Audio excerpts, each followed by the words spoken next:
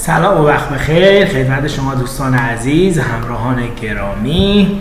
تحلیل آزمون جامع 17 مرداد شیمی دهم رو میخوام براتون انجام بدم. امیدوارم که استفاده لازم ازش ببرید. با من همراه باشید دوستان عزیز. خب بریم سراغ تست 81. این کدام مطلب نادرست است؟ مقدار عددی L در هر لایه مقادیری از 0 تا n منهای 1 میتواند باشد. بله این درسته. شما مثلا در لایه سوم چه زیرلایه هایی دارید؟ زیرلایه 3S دارید، 3P دارید و 3D. S در واقع Lش 0، P Lش 1، D Lش 2. یعنی شما در لایه سوم مقادیر Lتون از 0 هست تا n منهای 1، 3 منهای 1 که میشه 2. پس این جمله درسته، به خاطر داشته باشید. دوم، شماره هر لایه رو با n نشان میدن که از n زیرلایه تشکیل شده است. بله، به اندازه n شما زیرلایه، مثلا در لایه سوم شما 3 تا زیرلایه دارید، به اندازه شماره n شما زیرلایه خواهید داشت. گزینه 3، عدد کوانتومی فرعی نوع زیرلایه را نشان میدهد. درسته. و گنجایش الکترونی هر زیرلایه برابر 2L به علاوه 4 است. نه خیر، این اشتباه است. 4L به علاوه 2 است. پس جواب گزینه 3 بود. دقت کنید، گنجایش هر لایه می شود 2N2، اما گنجایش هر زیر لایه می شود 4L به علاوه 2 یا 2 در 2L به علاوه 1. انرژی الکترون ها با فاصله آن از هسته رابطه مستقیم دارد. بله، هر چقدر فاصله از هسته بیشتر بشه انرژی الکترون هم در واقع افزایش پیدا میکنه. بسیار خوب، بریم سراغ تست شماره 82. کدام گزینه درست است؟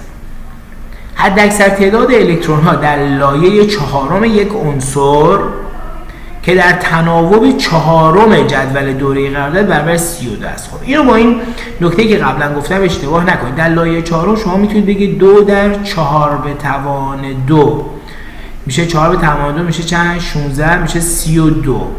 این در لایه چهارمه. ولی در تناوب چهارم، لایه چهارم از چی پر میشه نهایتاً؟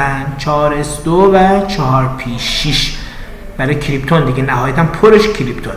پس شما حداکثر تعداد الکترون رو در زیرلایه های لایه چهارم در تناوب چهارم 8 تا خواهید داشت. برای 32 غلطه و 8 خواهد.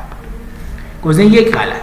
گزینه 2، حداکثر تعداد الکترون ها و زیرلایه های با عدد کوانتومی اصلی برابر در آرایش الکترونی اتم یک عنصر از دوره چهارم جدول اتمام به ترتیب 18 و 3 است.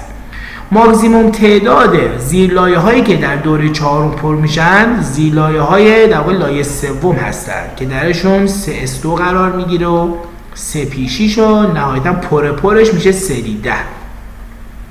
پس حداکثر تعداد الکترون ها میشه چند تا؟ 18 تا. و زیرلایه های با عدد کوانتومی اصلی برابر 3 و 3 و 3 میشه 3 تا. کلا مجموع چند زیرلایه داریم؟ 3 زیرلایه که اینم 3 هست. بنابراین جواب تست 82 گزینه 2 خواهد. این گزینه 3 رو بررسی کنیم. اگر در آرایش الکترون نقطه‌ای اتم یک عنصر اصلی 2 الکترون به صورت جفت شده وجود داشته باشد، این عنصر قطعا در گروه 15 جدول قرار دارد. خب بچه شما در گروه 15 2 الکترون جفت شده ندارید که. چرا؟ در گروه 15 2 الکترون جفت شده دارید، مثلا به این صورت. ولی خب عنصر گروه 16 هم میتونه 2 الکترون جفت شده داشته باشه، به این صورت. عنصر گروه 17 هم میتونه داشته باشه، مثلا کلور هم میتونه داشته باشه. و خب این 3 الکترون جفت شده داره، این 2 الکترون، این 1 الکترون. اگه در آرایش الکترون نقطه‌ای اتم یک عنصر اصلی 2 الکترون به صورت جفت شده داشته باشه، قطعا در گروه 15. نه، اگه 2 الکترون جفت شده وجود داشته باشه میتونه در گروه 16 هم باشه، میتونه در گروه 17 هم باشه، حتی میتونه در گروه 18 هم باشه و قطعا در گروه 15ش غلط است. 4. اگر در لایه سوم اتم عنصری 12 الکترون وجود داشته باشد، یعنی چی باشه؟ یعنی 3s2 باشه، 3p6 باشه، تا اینجا شد 8 تا، 3dش هم داشته باشه. خب میشه 4 تا. این عنصر در دسته دی بوده و در گروه 16 قرار. ما همچین آرایش الکترونی رو برای اتم نداریم، چون شما میدونید که این 4s2 3d4 اگه باشه میشه 1، دیش هم میشه چند تا؟ میشه 5 تا. پس در واقع ما به هیچ وجه 12 الکترون در لایه سوم هیچ اتمی نداریم. برای یون میتونیم داشته باشیم ولی برای اتم نداریم. بنابراین جمله چهارم هم جمله غلطی. بریم سراغ تست 83. ببینیم چی میگه، کدوم گزینه غلطه. شمار زیرلایه‌های اشغال شده از الکترون با L کوچکتر از نیم در نیکل 28 1.25 برابر آلومینیوم 13 است. خب نیکل 28 رو من آرایشش رو رسم میکنم براتون. میشه 1s2 2s2 2p6 3s2 3p6 4s2 3d8. خیلی خوب. میگه L کوچکتر از نیم. L کوچکتر از نیم. خب L این صفره، تقسیم برای 1 میشه 0، 1 میشه 0. پس همه اس ها میتونن باشن. از همینجا من همه اس ها رو علامت میزنم. خب LP1 تقسیم میشه 1/2. این نمیتونه باشه. خب اینجا 1/1/3 33 کوچکتر از نیم هست، پس این میتونه باشه. دی هم در واقع Lش 2 میشه 2/3 66 صدم. این هم نمیتونه باشه. و چند تا شد برای نیکل؟ 1 2 3 4 شد 5 تا. حالا برای آلومینیوم 13 هم در نظر بگیریم. میشه 1s2 2s2 2p6 3s2 3p1. خب گفتیم اس ها همه میتونن باشن. پس 1 2 3 تا. اینجا 1/2 میشه نیم، این نمیتونه باشه. اینجا 1/3 33 تا میتونه باشه. شد چند تا؟ شد 4 تا. میشه 5 4. 5 4 میشه 1.25. برای این جمله اول جمله صحیحی است و جواب ما نمیتونه باشه در واقع. بریم سراغ گزینه دوم. میگه شمار الکترون های با n منهای L1 در تیتانیوم 22 2 برابر n7 است. خب این هم باعث آرایشش رو بکشیم. تیتانیوم 22 میشه 1s2 2s2 2p6 3s2 3p6 4s2 3d2. خب شمار الکترون های با n منهای L مساوی با 1. خب 1 منهای 0 میشه 1، این یه دونه. 2 منهای 0 میشه 2، این نمیتونه باشه. 2 منهای 1 میشه 1، این میتونه باشه. 3 منهای 0 نمیتونه باشه. 3 منهای 1 میشه 2، نمیتونه باشه. 3 منهای 2 میشه 1، این هم میتونه باشه. 4 منهای 0 هم میشه 4، نمیتونه باشه. چند تا الکترون شد؟ 6 و 2 8 و 2 شد 10 الکترون. این از این. 2 برابر نیتروژن 7 است. خب n 7 هم در نظر میگیریم. میشه 1s2 2s2 2p3 n منهای L 1 منهای 0 میشه 1، میتونه باشه. این نمیتونه باشه. 2 منهای 1 هم میشه 1، این هم میتونه باشه. خب 2 و 3 میشه 5 الکترون. میگه که در داخل تیتانیوم 22 2 برابر این است. خب 10 2 برابر 5 است. خب اینم درست شد، نمیتونه جواب اون باشه. بریم سراغ گزینه سوم. تعداد عناصر رو با یک زیرلایه نیمه پر در دوره چهارم 2.5 برابر دوره سوم است. خب در دوره با قرمز بنویسم، خیلی شلوغ شد اینجا. شما در دوره چهارم تعداد عنصرهای با یک زیرلایه نیمه پر، یه دونه نیمه پر داشته باشه. کیا هستن؟ پتاسیم یه زیرلایه نیمه پر داره. بعد از اون کروم 2 تا زیرلایه نیمه پر داره، نمیتونیم بگیم. منگنز یه زیرلایه نیمه پر داره. مس یه زیرلایه نیمه پر داره و آرسنیک هم یک زیرلایه نیمه پر داره. یعنی شد کلا چند تا؟ شد کلا 4 تا. 2.5 برابر دوره سوم است. خب دوره سوم من یک زیرلایه نیمه پر سدیومه که یه دونه CS1 داره و نیمه پرمون دیگه باید در گروه چند باشه؟ بایستی در گروه 15 باشه که فسفره که P3 داره، یعنی 2 تا. خب شما الان 4 دوم رو در نظر بگیرید، عدد 2 رو برای شما به دست میده، نه 2.5. بنابراین 3 غلط هست و جواب گزینه 3 خواهد بود. اما تحلیل گزینه 4. مجموع اعداد کوانتومی اصلی و فرعی الکترون‌های ظرفیتی Fe 26 انقدر برابر سلنیوم 34 است. شما در Fe 26 دارید آرگون 4s2 3d6.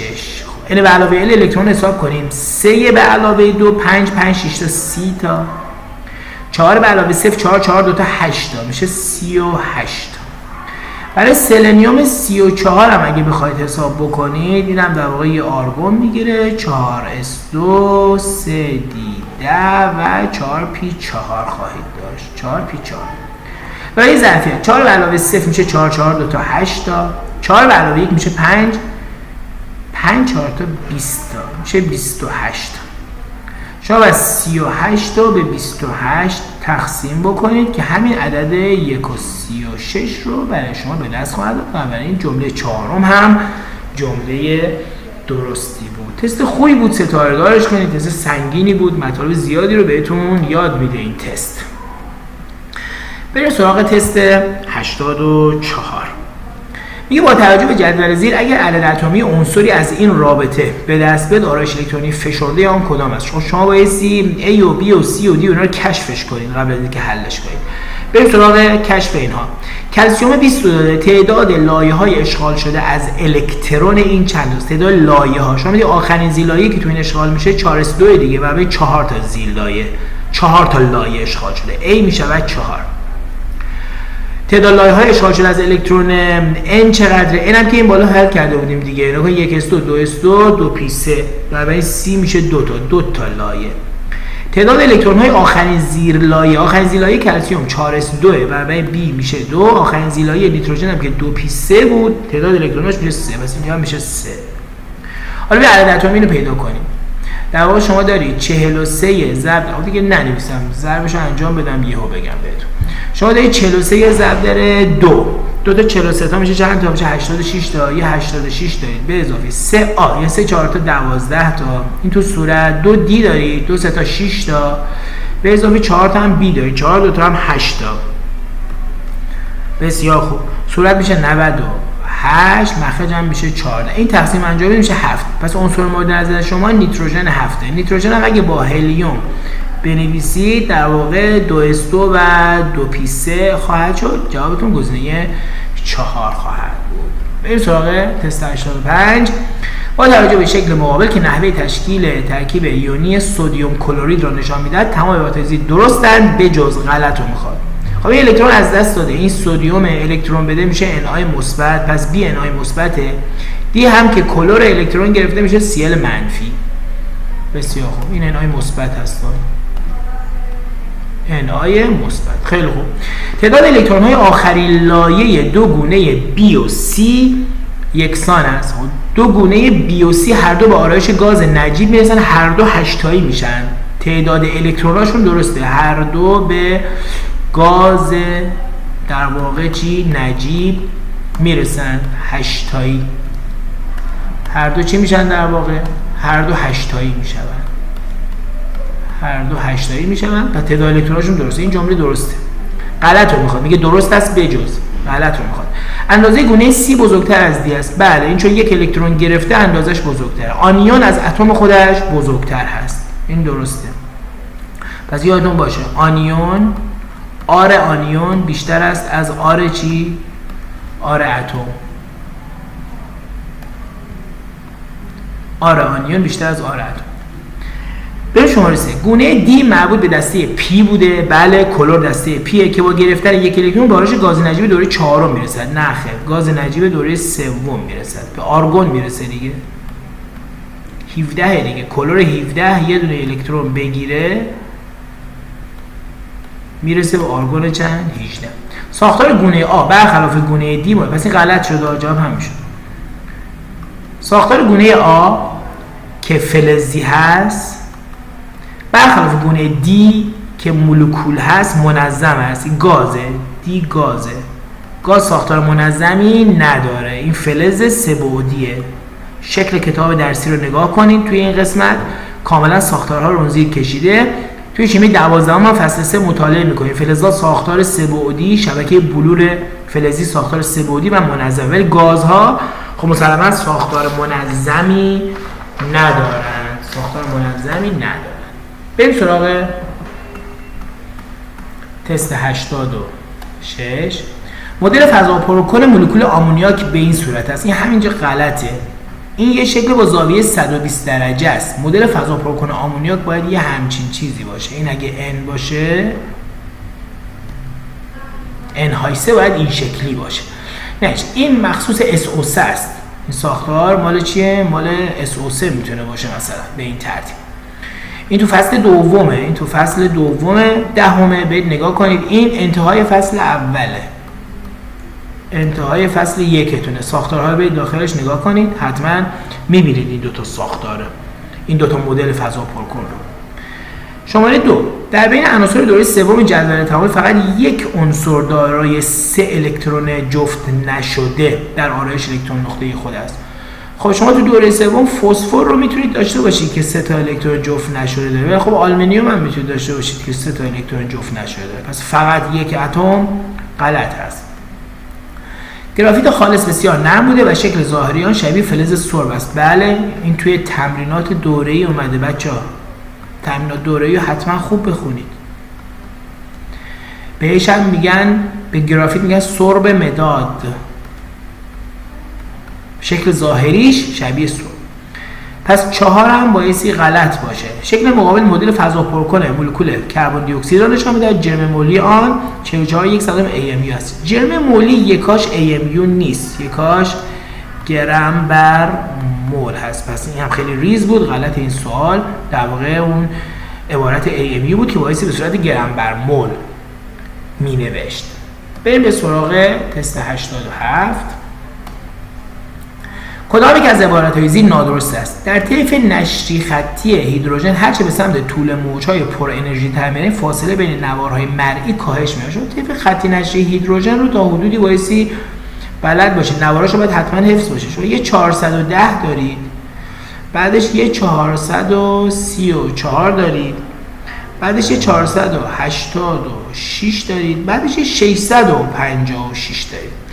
میگه هر چقدر به سمت پر انرژی تر میریم، یعنی اینوری میریم، فاصله بین نوارهای مرئی کاهش می‌یابد. بله، این فاصله داره چی میشه؟ داره کاهش پیدا میکنه.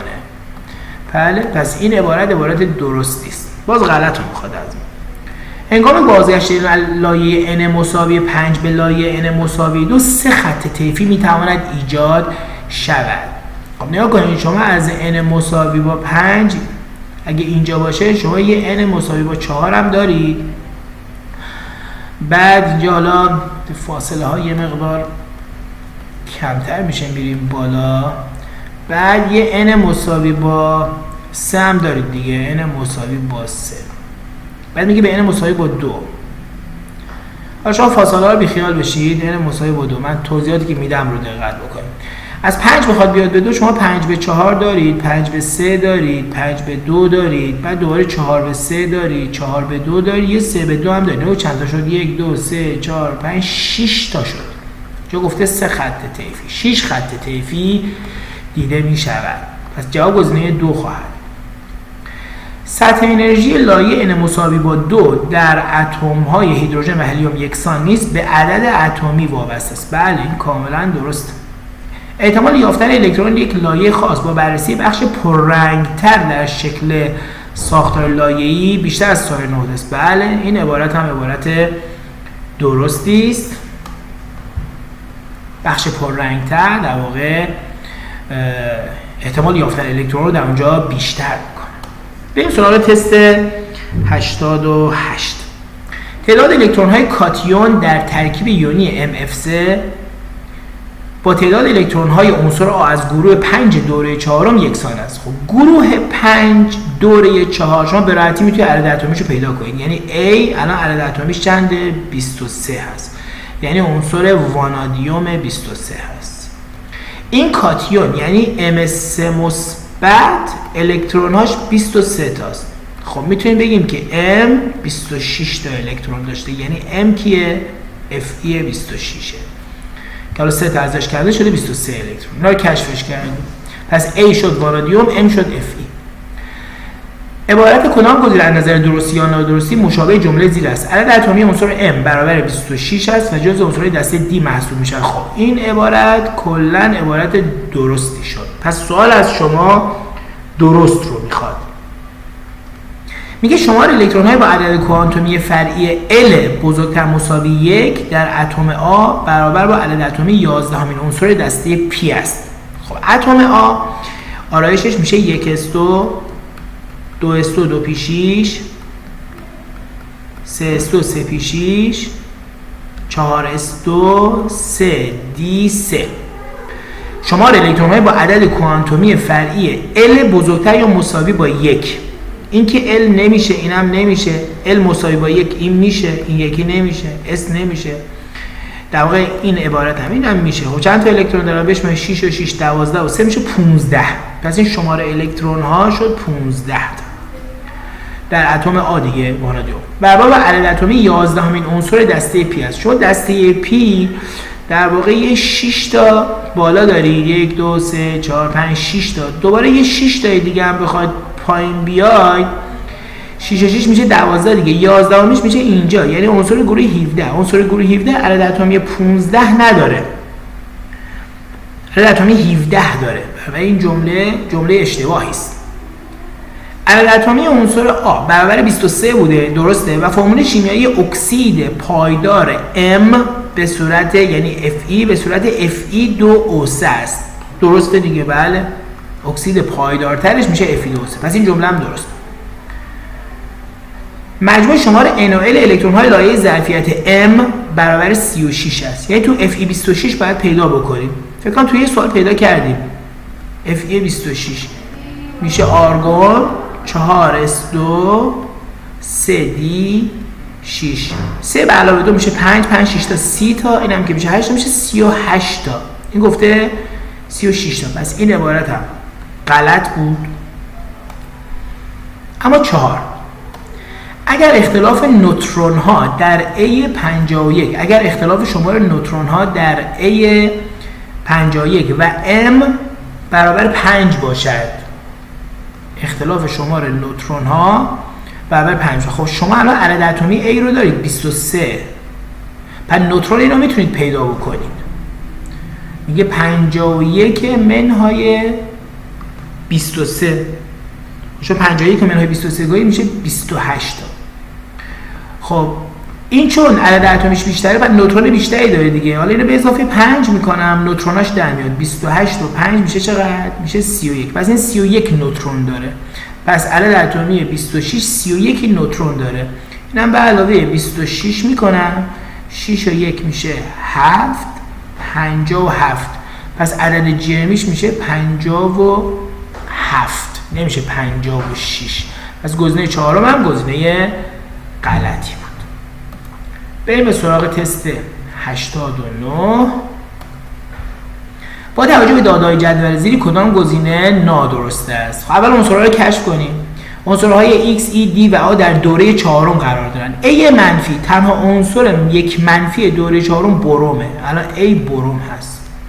29 هم که میدونیم CU مثل 33 هم که میدونیم AS 33 هست، اما میمونه این یکی. شمار الکترون های آخرین لایه‌اش 14 تاست. شمار الکترون های دارای L2 3d6 3d6 که در واقع 3 مثبته. شما 3d6 3 مثبت رو بخواید اصلاحش کنید 3 تا بهش بدید، یه 4s2 میدید، یه دونه بین اضافه میشه 7 تا. پس این عنصر حتما کوبالت 27 است. حال پاسخ بدیم. عدد اتمی عنصر A یعنی 35 که اینو میدونیم دیگه چنده؟ 35 برابر مجموع عددهای ردیف دوم جدول است. این ردیف دوم جدول. خب B رو باید کشفش کنیم، A هم باید کشفش کنیم، جمعش کنیم. شمار الکترون‌های داره عدد کوانتومی L2 یعنی D 29 در داخل D چند تا داره؟ خب این 4s1 3d10 شما 2 تا بکنید میشه 3d9. پس این B برابر 9. اینم که رسیده به گاز نجیب، اینم 10. سدی 10 داره دیگه. جمع بکنید 10 و 10 20 29 29 6 میشه 35. پس این جمله درستی است. غلط رو بخونید. تفاوت عدد اتمی عنصر X کوبالت دیگه، عدد اتمیش 27 با فلز قلیایی هم دورش، یعنی پتاسیم 19. خب اینم که میشه 8. پس این جمله هم درسته. عنصر E در واکنش با عنصر M31 ترکیب با این فرمول تشکیل میدن. خب M31 گالیومه، 3 مثبت میده. ای هم که 3 منفی داده. خب اینا رو بزنیم میشه Me. خب اینم درسته. پس 4 با غلط باشه. بار کاتیون دی در ترکیب‌هایش یعنی مس میتواند شبیه عنصر عدد اتمی 13 باشه. 13 آلومینیومه، 13 3 مثبته. شما میدونید که مستون یا 1 مثبته یا 2 مثبت. پس گزینه 4 غلط. اما آخرین تست، کدوم موارد از مطالب زیر در مورد آرایش الکترونی اتم عنصرهای دوره 4 جدول درست است؟ 4 عنصر در آخرین زیلایه خود داره 1 الکترون هستند. خب شما پتاسیم دارید 4s1 دیگه، آخرین زیلایه یه دونه کروم دارید، یه دونه مس دارید و بعد از اون هم یه دونه هم گالیوم دارید. خب 4 عنصر درست هست. پس A درست شد. پس گزینه 2 میره، گزینه 3 هم میره. B میتونه تعیین کننده باشه. در 4 عنصر آخرین زیر لایه از الکترون پر است. که 100% غلطه. شما 8 عنصر فقط واسطه دارید که آخرین زیر لایه‌شون 4s2 هست. پس B در واقع غلط میشه و جواب گزینه 4 خواهد بود. پیچ میگه در 10 عنصر حداقل یک زیلایه n به علاوه l مساوی با 5 از الکترون پر. n به علاوه l مساوی با 5 یا 4p 4 به علاوه 5 یا 3d، یعنی شما 3d و 4p 6 داشته باشید. 4p 6 که فقط کریپتون داریم، اما 3d شما 6 تا دسته p دارید. در واقع 3d برای 3d شما 6 عنصر دسته p دارید، 2 تا هم 3d توی در واقع واسطه ها دارید که میشه 8 تا. پس این 10 تا غلط هست. پ هم غلط هست و ت باید درست باشه حتما. در 2 عنصر زیلایه با ال مساوی داره 5 الکترون است. بله شما 3d 5 هاتون یه دونش کروم هست و یه دونه دیگه منگنز هست. برای ت درست هست و جواب گزینه 4 بود. بسیار خوب. اینم از تحلیل در واقع شیمی 10 آزمون جامع 17 مرداد. امیدوارم استفاده کرده باشید. حتما ویدیو رو فوروارد کنید برای دوستاتون. فراموش نکنید اگه تو یوتیوب نگاه میکنید سابسکرایب کنید، دکمه زنگوله رو بزنید تا از ویدیوهای بعدی هم با خبر بشید. هر جا هستید شما رو به خدای بزرگ میسپارم. موفق و پیروز باشید بچه‌ها.